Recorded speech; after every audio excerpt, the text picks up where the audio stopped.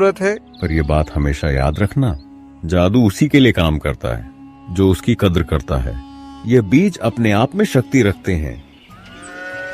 बहुत समय पहले की बात है। एक गांव में 2 किसान रहते थे।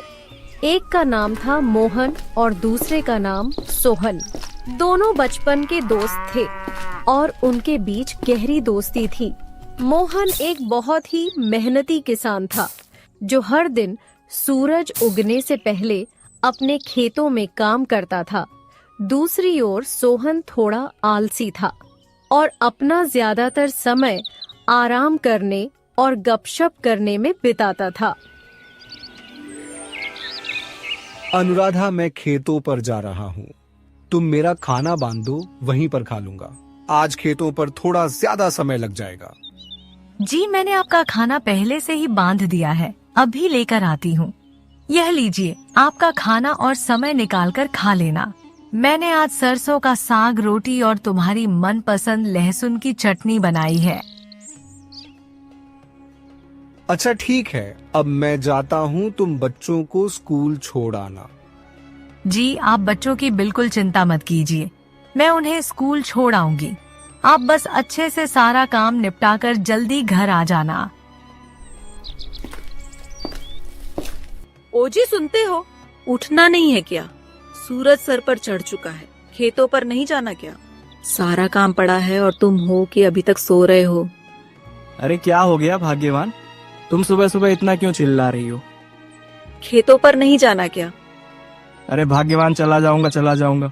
इतनी भी क्या जल्दी है? खेत कहाँ भागे जा रहे हैं? जी, आप अपना काम समय पर कर लिया कीजिए। इतना आलस मत किया कीजिए, वरना एक दिन बहुत पछताएंगे। अच्छा ठीक है, अब मुझे उठने तो दो। हाँ ठीक है, मैं खाना लगा देती हूँ। आप जल्दी नहाकर आ जाइए, इसके बाद खेतों पर भी जाना है। सारा काम ऐसे ही पड़ा हुआ है। पूरे गांव में सबसे देर से हमारी ही फसल आती है, सिर्फ आपके आलसीपन की वजह से। अब बस भी करो, सुबह से सुनाई ही जा रही हो। चला जाऊंगा, अभी नहाने तो दो। खाने में बस ये दाल चावल ही है, कोई सब्जी नहीं बनाई क्या? अजी, सब्जी तो तब बनाऊंगी ना जब आप काम करके कुछ पैसे लाकर दोगे। पिछली बार जो फसल बिकी थी उसके थोड़े बहुत ही पैसे बच गए हैं, जिससे अब आपको यह दाल चावल ही मिलेंगे खाने को। अगर सब्जी खानी है तो जल्दी फसल को उगाए। इसको बोलने से अच्छा तो मैं ये दाल चावल खा लेता। अच्छा ठीक है, तो मैं खेतों पर जाता हूँ। अरे मोहन भाई, आज ही सारा खेत जोत डालोगे क्या? कुछ कल के लिए भी छोड़ दो।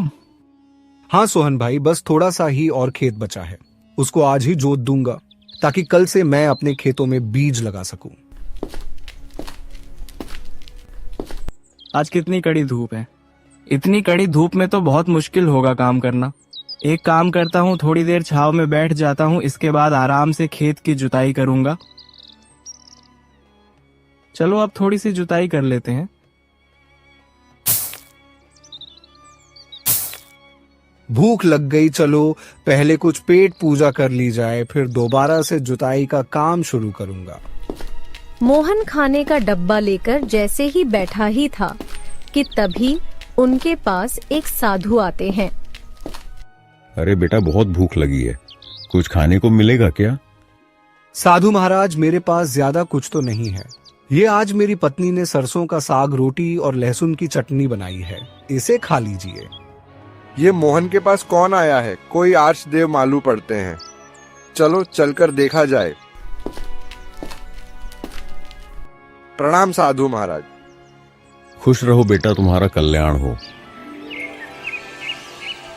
महाराज, मैंने आपके लिए आसन लगा दिया है, आप यहाँ बैठकर खा लीजिए। पर तुम क्या खाओगे अगर मैं तुम्हारा खाना खा लूंगा? बाबा, आप मेरी चिंता मत कीजिए, थोड़ी देर बाद मैं घर पर जाकर खा लूंगा। जब तक आप इसे खा लीजिए। साधु महाराज, मेरी पत्नी ने भी आज दाल चावल बनाए हैं, बहुत ही स्वादिष्ट खाना बनाती है। यह लीजिए।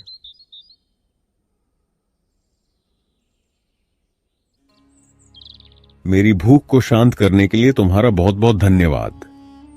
धन्यवाद की कोई जरूरत नहीं बाबा, ये तो हमारा परम सौभाग्य है।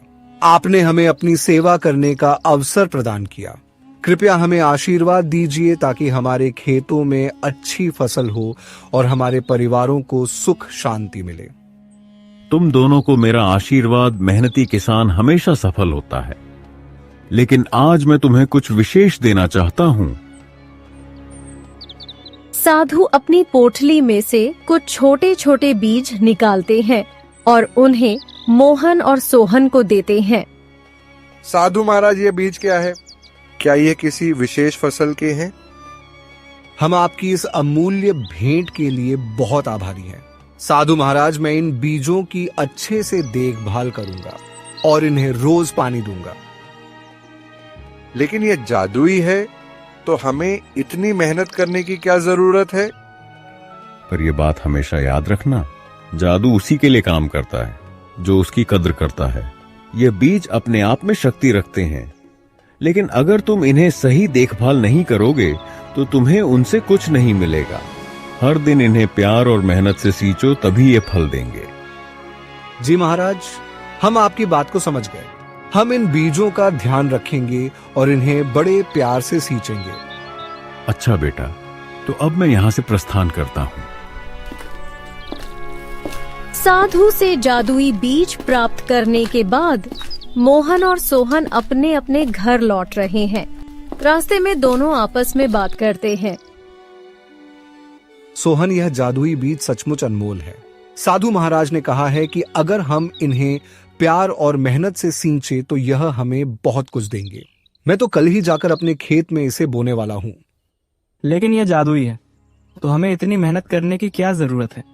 मुझे नहीं लगता कि रोज रोज पानी देने से कुछ खास फर्क पड़ेगा। ये बीज खुद ही उग जाएंगे और फल भी देंगे। सोहन, साधु महाराज ने साफ साफ कहा था कि मेहनत और प्यार के बिना कुछ नहीं मिलेगा। यह बीज जादुई जरूर है, लेकिन उनका पूरा लाभ उठाने के लिए हमें उनकी अच्छे से देखभाल करनी होगी। मैं कोई भी जोखिम नहीं लेना चाहता, इसलिए मैं तो हर दिन इन्हें सिंचाई और इनकी देखभाल करूंगा। इसके बाद दोनों अपने अपने घर की ओर चल पड़ते हैं। दोनों घर पहुंचकर सारी बात अपनी अपनी पत्नियों को बताते हैं। जी, ये तो बहुत ही अच्छी बात है। भगवान की भी हम पर इस समय बड़ी कृपा है, तभी तो आपको आरशी देव मिले। अनुराधा, तुम सही कह रही हो। वह किसी भगवान के रूप से कम नहीं थे। उनकी आंखों में अलग ही तेज था। जैसा साधु महाराज ने मुझे कहा है, मैं वैसा ही करूंगा। मैं इन बीजों की खूब सेवा करूंगा। अरे वह, यह तो बहुत अच्छी बात है। अब हम बहुत मेहनत करेंगे और बहुत अच्छी फसल लगाएंगे और उससे हमें बहुत सारे पैसे मिलेंगे। जी, आप बस इंतजार मत करिएगा, कल सुबह ही जाकर इन बीजों को लगा देना। हाँ भाग्यवान, ये बीज कहीं भाग नहीं जा रहे हैं। कल सुबह जाकर इन बीजों को खेतों में लगा आऊंगा। मैं आज खेत में थोड़ा ज्यादा समय बिताऊंगा। साधु बाबा ने जो जादुई बीज दिए हैं उसे आज मैं खेत में बोने जा रहा हूं। मुझे लगता है अगर हम इस बीज की अच्छे से देखभाल करें तो हमें बहुत लाभ मिलेगा। यह तो बहुत अच्छी बात है। आप जल्दी जाइए और यह लीजिए, आपका खाना समय निकाल कर खा लेना। अरे आप अभी तक सो रहे हैं? आज खेतों में बीज रोपाई करनी है और आप अभी तक सो ही रहे हैं। चलिए जल्दी उठिए। आपने बताया था ना कि साधु महाराज ने आपको जादुई बीज दिए हैं। जल्दी उठिए, चलिए। हाँ हाँ भाग्यवान, उठ रहा हूँ। मुझे सब याद है। तुम क्यों मुझे बार बार याद दिला रही हो? जी, आप ऐसे निश्चिंत होकर सो रहे हैं, मुझे लगा आप सब भूल गए होंगे। नहीं, मैं कुछ नहीं भूला हूँ। मुझे सब याद है। तुम खाना लगाओ, मैं तैयार होकर आता हूँ। दोनों अपने अपने खेतों में बीज बो देते हैं। जी, खेतों का काम अच्छे से निपट गया ना? हाँ अनुराधा, खेतों का सारा काम निपट गया। मैंने बीजों को अच्छे से लगा दिया है और पानी भी दे दिया है। एक बार कल सुबह जल्दी उठकर खेतों पर चला जाऊंगा। जितना ज्यादा खेतों की देखभाल करूंगा उतना ही अच्छा रहेगा। तुमने आज खेत में बीज बो दिए? हाँ भाग्यवान, मैंने बीज बो दिया है। साधु बाबा ने जो जादुई बीज दिया था उसे सही से बो दिया ना, और खेतों की अच्छे से सिंचाई कर दी थी ना? नहीं, आज मैंने पानी नहीं डाला। वह बीज बोने में ही इतना समय लग गया था कि पानी डालने का समय ही नहीं मिला। कल जाकर मैं पानी डाल दूंगा। लेकिन साधु बाबा ने कहा था कि इसे रोज प्यार और मेहनत से सींचना होगा। अगर आप इसकी देखभाल नहीं करेंगे तो यह कैसे बढ़ेगा? तुम चिंता मत करो, वह जादुई बीज है, उसमें कोई खराबी नहीं होगी। तुम बेकार चिंता कर रही हो। साधु बाबा ने कहा है कि बीज जादुई है। मेहनत के बिना कुछ भी हासिल नहीं होता। तुमने देखा नहीं मोहन कितनी लगन से अपने खेत में काम करता है। अगर तुम भी मेहनत करोगे तो हमारे खेत में भी अच्छे फसल आएंगे। मैं कल जाकर उनमें पानी डाल दूंगा। मोहन ने अपने बीज को खेत में बो दिया और हर दिन उसे पानी देने लगा, उसकी देखभाल करने लगा। उसने अपने बीज को ऐसे सींचा जैसे वह उसका बच्चा हो। दूसरी ओर सोहन ने भी बीज बो दिया, लेकिन उसने सोचा कि बीज तो जादुई है, इसलिए उसे ज्यादा मेहनत करने की जरूरत नहीं। उसने सिर्फ कभी कभार ही अपने खेत में पानी डाला और बाकी समय आराम करता रहा। कुछ महीनों बाद मोहन के खेत में सुंदर सुंदर बैंगन की फसलें आई, जो देखने में बहुत ही मोटी, ताजी और हरी भरी थी। उन बैंगन का साइज आम बैंगन से काफी बड़ा था। उन्हें देखकर मोहन बहुत खुश हुआ। मोहन ने यह बात घर जाकर अपनी पत्नी को बताई। उसकी पत्नी भी बहुत खुश हुई और वह दोनों बैंगन की फसल तोड़ने के लिए एक साथ अपने खेतों में आए।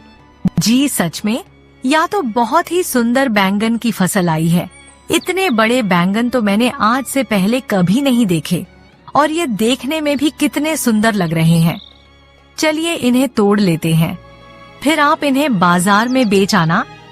दोनों बैंगन की फसल तोड़ने में लग जाते हैं और देखते ही देखते उनकी टोकरी बैंगन से भर जाती है। जब उसकी पत्नी बैंगन की फसल की तरफ देखती है तो जिन फसलों से उन्होंने बैंगन तोड़े थे वहाँ दोबारा से बैंगन लग गए थे। मोहन जी देखिए, ये क्या हुआ? अभी हमने इन फसलों से इतने सारे बैंगन तोड़े थे। ये देखिए, इनमें दोबारा से बैंगन आ गए।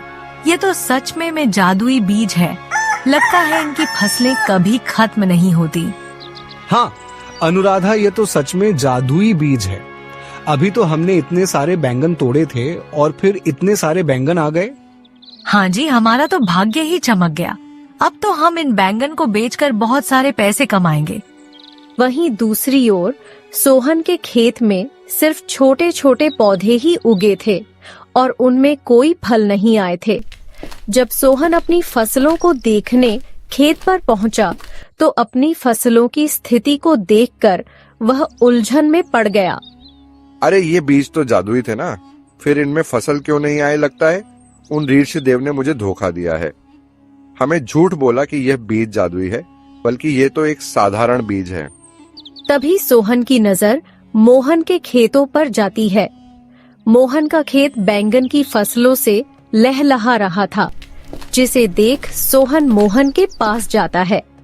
तुम्हारी फसल इतनी सुंदर कैसे हुई? लगता है उन साधु महाराज ने मुझे नकली बीज दिए थे और तुम्हें जादुई।